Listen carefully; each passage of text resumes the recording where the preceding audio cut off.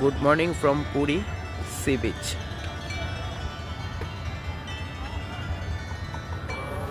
তো 23 তারিখে আমরা ঢুকেছিলাম। 23 তারিখে মোটামুটি ভিড় হয়েছিল, যেরকম এক্সপ্রেসওয়েতে আমি ভিড় পেয়েছি সেরকমই এখানে এসেও ভিড় পেয়েছি। তারপর কালকে ভিড়টা আরও বেড়ে গেছে। কালকে অনেকেরই স্যাটারডে সানডে ছুটি থাকে, তাই জন্য কালকে ভিড় বেড়েছে, আজকেও ভিড় বেড়েছে অনেক। এইটুকুই। আজকে সাইট সিনের প্ল্যান আছে, এখান থেকে সাইট সিন যাবো।